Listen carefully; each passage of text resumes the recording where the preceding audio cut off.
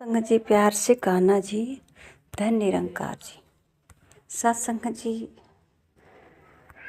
सदा जो है गुरु एक ही नियम, एक ही व्रत, एक ही धर्म की बात कही है। जब माता सीता माता अनसुईया के शरण में गई तो सत्संग जी माता अनसुईया ने बहुत प्यार से सीता जी को समझाते हैं, एक ही धर्म एक व्रत नियमा, काय वचन मन पतिपद प्रेम।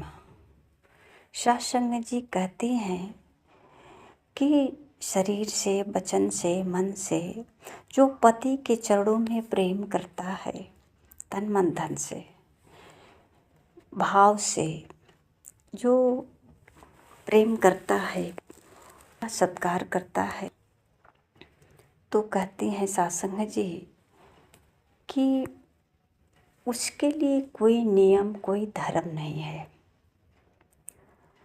मन से जो पति के चरणों में प्रेम करता है, स्त्री के लिए एक ही धर्म है, एक ही व्रत है, एक ही नियम है।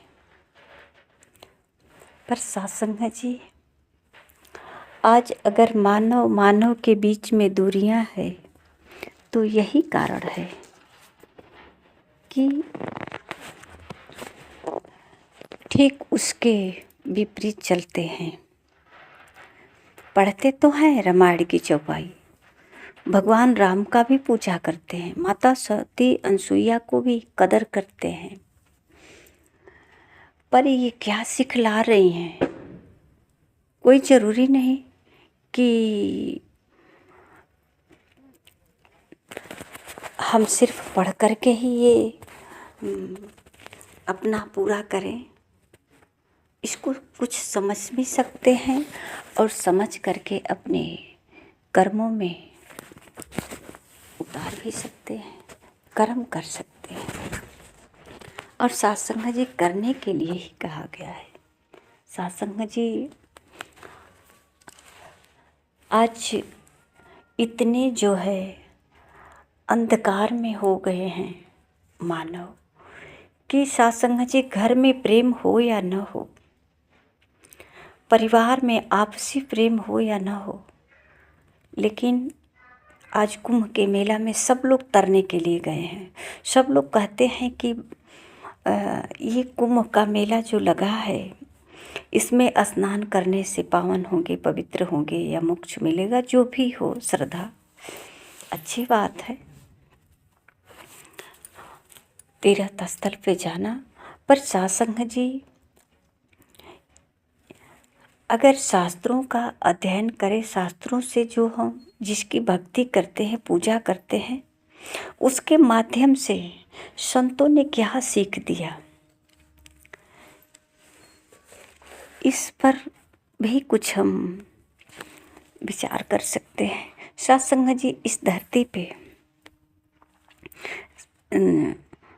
कहीं नदी है, कहीं पहाड़ है, कहीं जंगल है, तो सत्संग जी देखने में सब कुछ अच्छा लगता है। कोई नहीं कहता कि नदी अच्छा नहीं लगता, पहाड़ अच्छा नहीं लगता, सभी तो अच्छे लगते हैं। सत्संग जी, इसी प्रकार जो है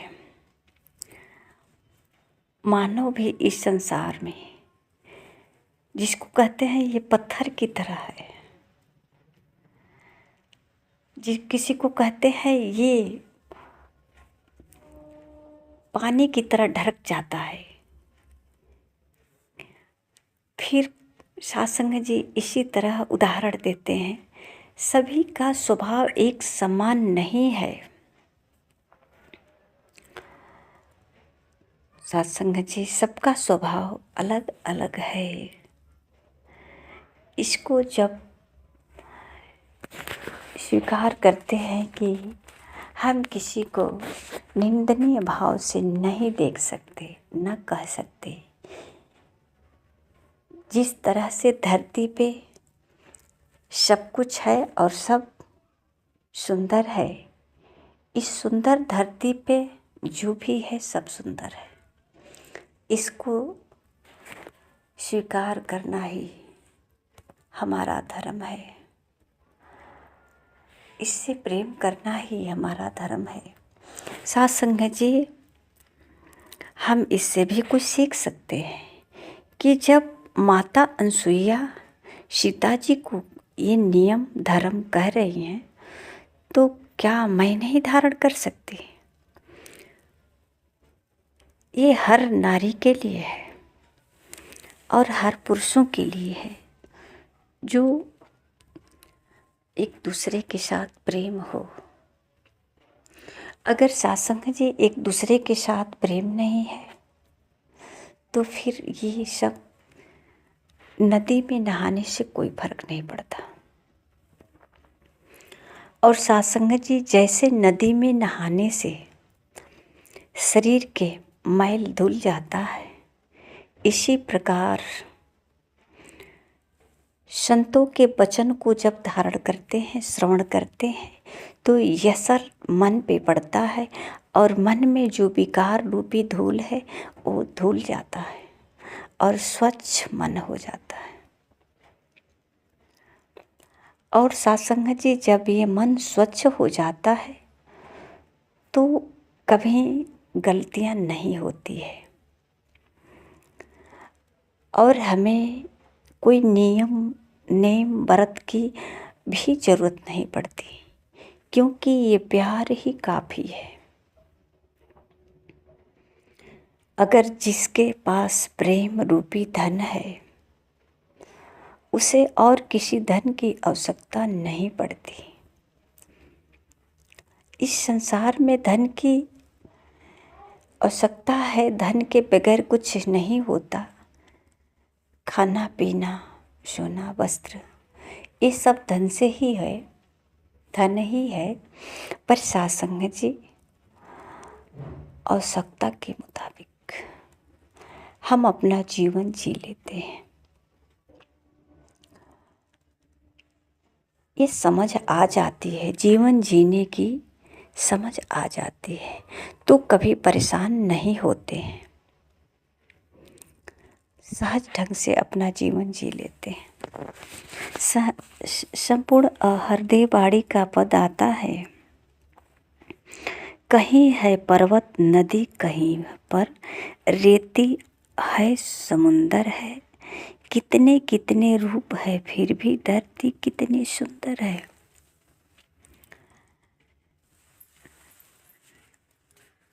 कहते हैं कि जन्म लिया है धरती पर, कुछ बनता कर्म हमारा है, इसकी सुंदरता को कायम रखना धर्म हमारा है। कहे हरदेव की आपस में अब मिलवर्तन बढ़ाना है, सुंदर धरती पर आए हैं, सुंदर छोड़ के जाना है। ये प्यार मिलवर्तन के बगैर कुछ नहीं है और सुंदरता भी नहीं है। एक खूब सुंदर व्यक्ति हो, चाहे स्त्री हो या पुरुष, पर सत्संग जी, अगर वचन कड़वाहट हो तो सत्संग जी, सुंदरता कोई मायने नहीं रखता, धन कोई मायने नहीं रखता, किसी से प्रेम न हो, हर शब्द में कड़वाहट हो, तो सत्संग जी, आवश्यकता तो हर चीज़ की है, धन की भी है, वचन की भी है, कर्म की भी है। जैसे कि धरती और नदी, धरती पे नदी, पहाड़, जंगल, कांटे, फूल सब कुछ है, सबकी आवश्यकता है। फूल का जब हम उपयोग करते हैं तो वहाँ कांटे को टुकड़ा देते हैं, पर कभी कभी कांटे की आवश्यकता होती है। कांटे जो है हमारी सुरक्षा में काम आता है। किसी पौधे को बचाना होता है तो वहाँ कांटे का ही प्रयोग करते हैं। तो सत्संग जी आवश्यकता तो सब चीज़ की है और सबका महत्व है। आइए सत्संग जी, हम अपने जीवन को किस तरह से जीना है और खुशहाल जीना है। ये मानव जीवन मिला है तो इसको रो करके, तड़प करके नहीं जीना है। हंसते मुस्कुराते और जो भी मालिक की कृपा से मिला है उसे प्रसाद समझकर स्वीकार करना है। प्यार से कहना जी, धन्य रखा जी।